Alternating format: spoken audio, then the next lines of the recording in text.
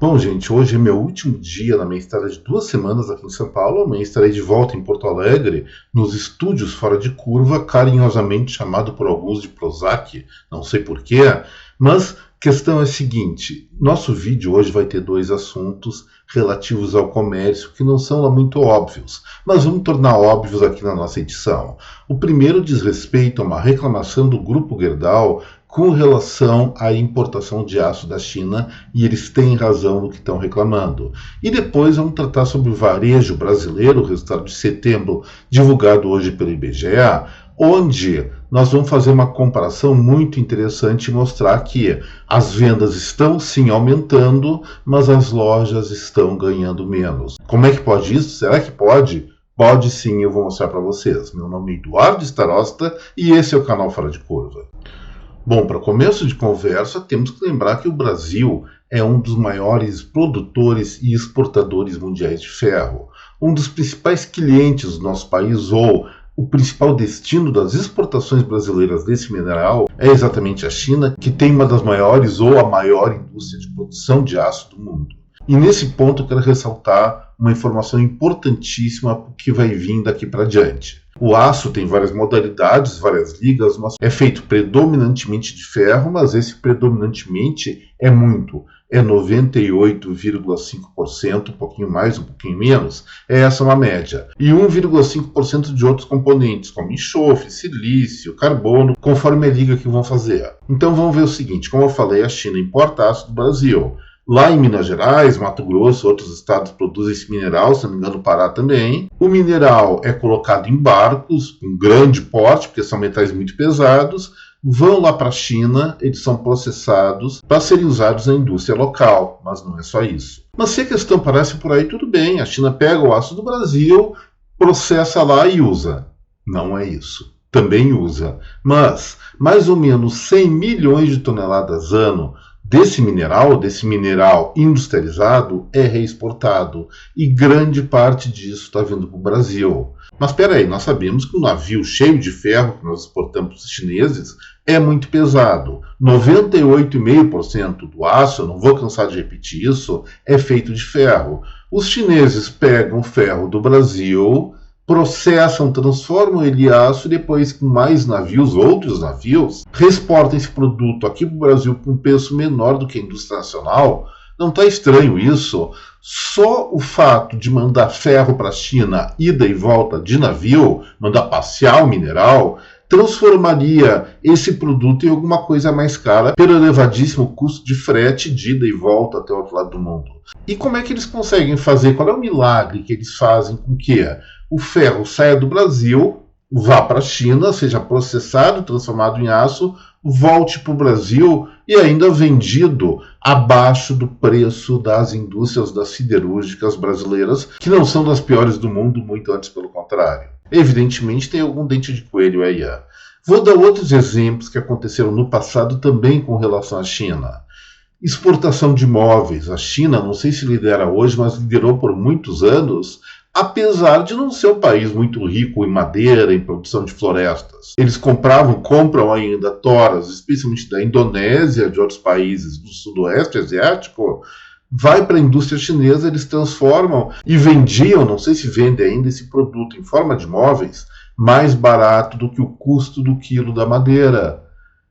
Outro aspecto que aconteceu lá nos anos 90, calçados, eles se tornaram imbatíveis na indústria calçadista no mundo. Pegaram vários mercados brasileiros nos Estados Unidos e na Europa, vendendo a um preço absurdamente mais baixo. Nós vemos isso até atualmente nas confecções. Agora o Vietnã está competindo com eles nesse ponto. Mas, alguns anos atrás, comprar uma blusa, uma camisa, uma calça, qualquer produto do vestuário vindo da China, era muito mais barato que os fabricados aqui no país.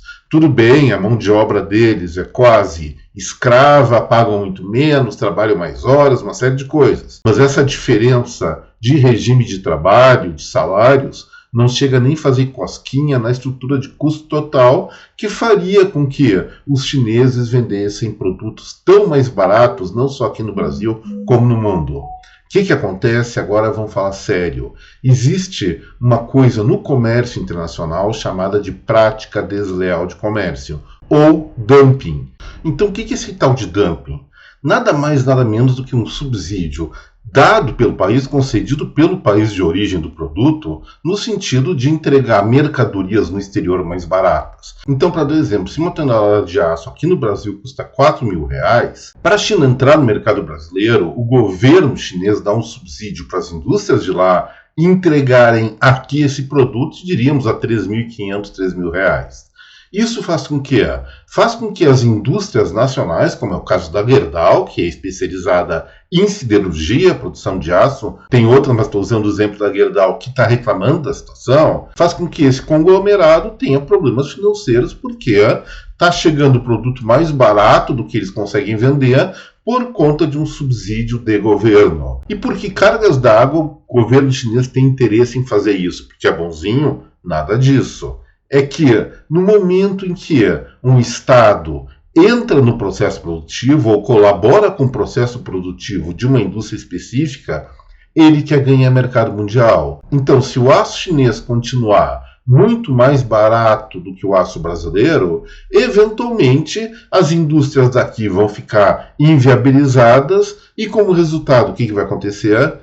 Em primeiro lugar, os chineses vão ter praticamente o monopólio, nesse caso não se chama monopólio, tecnicamente sim monopsônio, de comprar praticamente todo o ferro brasileiro, porque não vai ter indústrias nacionais querendo produzir ou podendo produzir aço. E em segundo lugar, no momento que quebra a indústria siderúrgica do Brasil, do México, de outros países, eles ficam sozinhos no mercado, podem sim encerrar o subsídio até vender o produto mais caro, porque não existe competidor no mercado. É essa jogada chinesa sob vários aspectos. Na indústria siderúrgica está sendo assim, e historicamente já foi em vários segmentos. Nós já citamos aqui madeira e móveis, indústria calçadistas, e tem outros setores, outros ramos da indústria que eles fazem isso que se chama de prática desleal de comércio, repetindo dumping, para dominar mercados globais. Aí, muito justamente, os produtores brasileiros de aço têm a propriedade de pedir ao governo federal para impor uma coisa chamada de medida compensatória,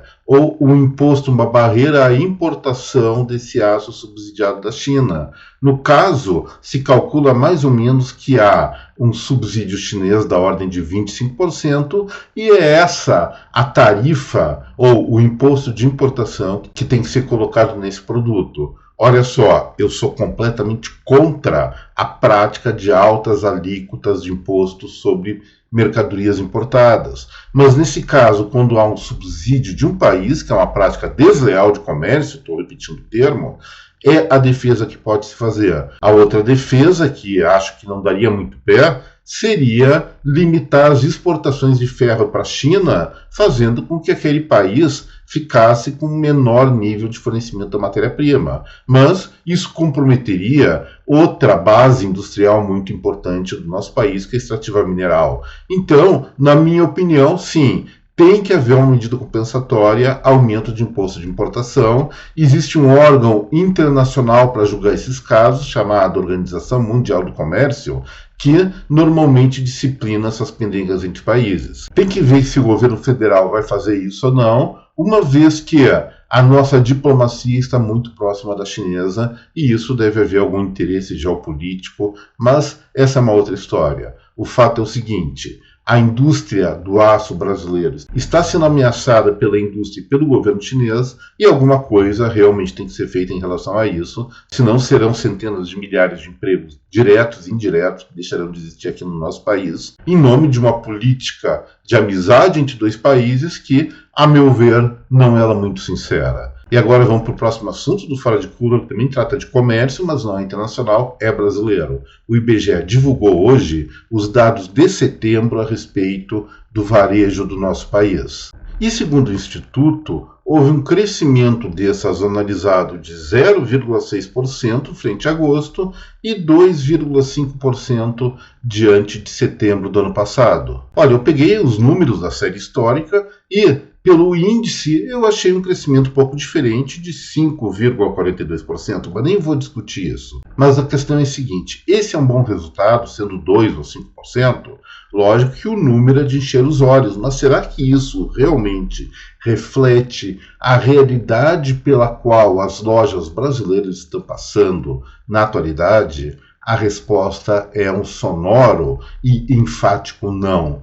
Por que eu estou dizendo isso? Poxa, aumentou as vendas físicas e as lojas não estão indo bem? Exatamente isso. Qual é o problema, gente? O estabelecimento pode vender mais, mas se essa venda em volume, mesmo sendo maior, de 2023 para 2022, no caso setembro, com um preço menor, o faturamento real realmente pode cair, como caiu. Então nós temos uma situação na qual o varejo brasileiro, as vendas, total de número de mercadorias vendidas cresceu, mas o faturamento real de setembro, em relação ao mesmo período do ano passado, caiu 1,79%. E isso fica muito mais grave quando nós analisamos cada um dos gêneros, pelo menos os principais gêneros do comércio varejista brasileiro, e é isso que aponta a tabela que eu estou mostrando agora para vocês. Olha só, a primeira coluna ela vai medir a variação do volume de vendas entre setembro de 2023 frente a setembro de 2022. Cresceu na maioria dos segmentos,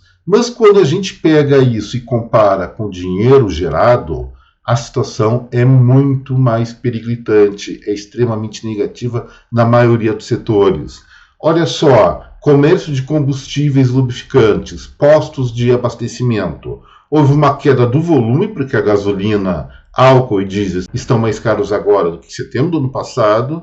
Houve uma queda de 8,69% do volume de vendas. Mas o faturamento real, descontado a inflação desse tipo de comércio, caiu 13,19%. O mais gritante foi o ramo de livros, jornais, revistas, papelaria. Lembramos que, algumas semanas atrás, a Saraiva, uma das maiores comerciantes de livros do Brasil, fechou as suas lojas físicas.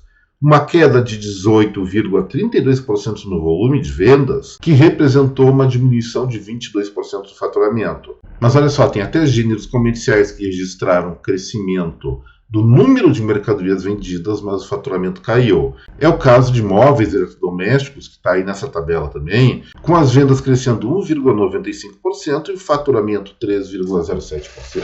Vamos pensar o seguinte para mostrar que a situação não está nada fácil. Você, na sua casa, no seu escritório, na sua vida, vende algum tipo de produto. Essa mercadoria é o seu sustento. Então, imagina o seguinte: isso que você vende cai de preço, ou você não consegue mais vender isso, como acontece com as lojas, vão mudando o mix de mercadoria nas estantes para comercialização. E foi isso que aconteceu. Pelas restrições do mercado, passaram a modificar o que estava exposto para venda nas lojas, só que, mantendo uma mesma estrutura física de custos básicos e faturando menos, mesmo vendendo mais quantidades, gera problema de custos. E é isso que está provocando o fechamento de tantos estabelecimentos comerciais nos últimos meses. Ou seja, volume de vendas aumenta, mas faturamento cai. Não é deflação. A deflação está acontecendo sim, mas no ramo de alimentos, como mostra nos supermercados, que teve um aumento do volume de vendas de 7,55% e de faturamento de apenas 2,25%. Mas aí é plenamente explicado e a situação supermercadista ainda está bastante razoável. Mas me preocupa, ou deveria preocupar o Brasil, os outros segmentos, especialmente aqueles vinculados ao crédito, não só pela alta taxa de juros, mas também em função da falta de credibilidade das pessoas em assumir prestações mesmo a juros zero de mais longo prazo, porque não tem certeza do que vai acontecer nos próximos meses, nos próximos anos com o Brasil. Gente, o comércio varejista brasileiro, apesar de mostrar pelos dados do IBGE crescimento do volume de vendas, está faturando menos dinheiro. E quando se fatura menos dinheiro, isso impacta em custos e impacta futuramente numa coisa chamada empregabilidade.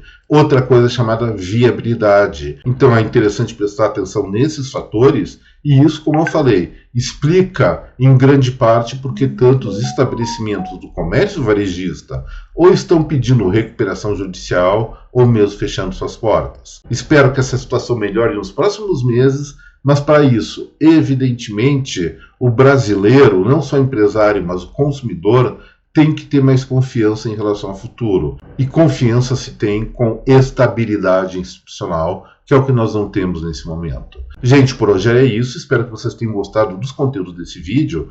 E, se for esse o caso, não esqueçam o seu like, o compartilhamento desta película com a sua rede de contatos. E aos que me assistem pela primeira vez, eu faço o convite para se inscrever aqui no canal Fora de Curva. Um forte abraço para cada um de vocês. Até breve. Tchau, pessoal.